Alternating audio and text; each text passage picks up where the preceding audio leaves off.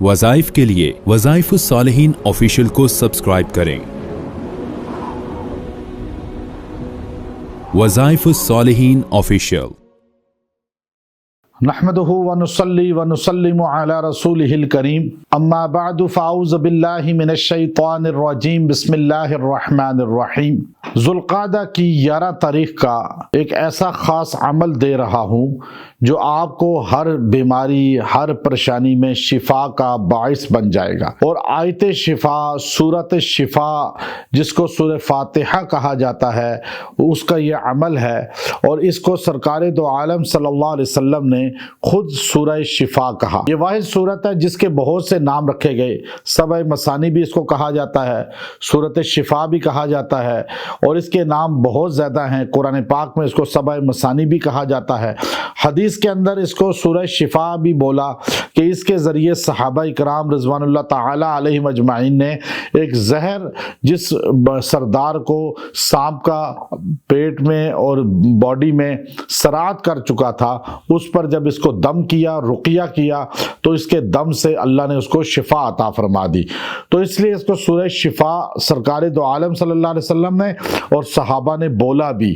اب اگر کوئی آدمی یہ چاہتا ہے کہ اس کو بھی اللہ تعالیٰ ہر مرض سے، ہر تکلیف سے، ہر بیماری سے، یہاں تک کہ جادو سے، جنات سے، نظر بد سے، ہر پریشانی سے شفا دے دے، تو وہ سورہ شفا سورہ فاتحہ کو اس ترتیب سے پڑھے جو میں ترتیب آپ کو بتاؤں گا۔ اللہ تعالیٰ اس کو ہر پریشانی، بیماری، آفت سے شفا عطا فرما دے گا۔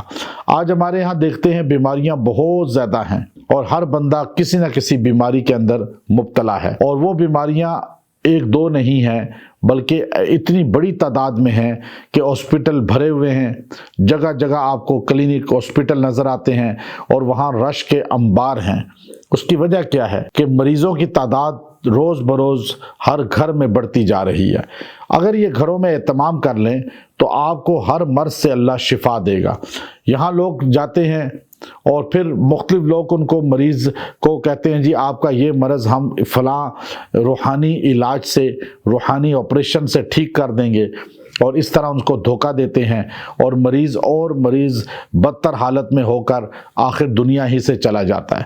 تو اس لیے آپ قرآن سے مدد لیں، قرآن سے شفا خود حاصل کریں۔ یاد رکھیں کوئی بندہ بھی دنیا میں ایسا نہیں ہے جو آپ کو ہاتھ لگائے اور آپ کی بیماری بڑی سے بڑی ٹھیک ہو جائے، یا جو آپ کو ذرا سا یوں جو ہے اشارہ کرے اور آپ کی بیماری ٹھیک ہو جائے۔ کسی کی شفا کسی کی چیز سے ہو جائے دم سے تو وہ اس کا اللہ کی طرف سے احسان ہے، لیکن اس بیماری سے سب کو شفا ہو جائے اس کے دم سے، یہ بھی آپ نہیں کہہ سکتے۔ اس لیے خود اگر سورہ شفا کو اپنے معمول میں بنا لیں گے تو آپ کے دم سے آپ کو خود بھی شفا اللہ دے سکتا ہے۔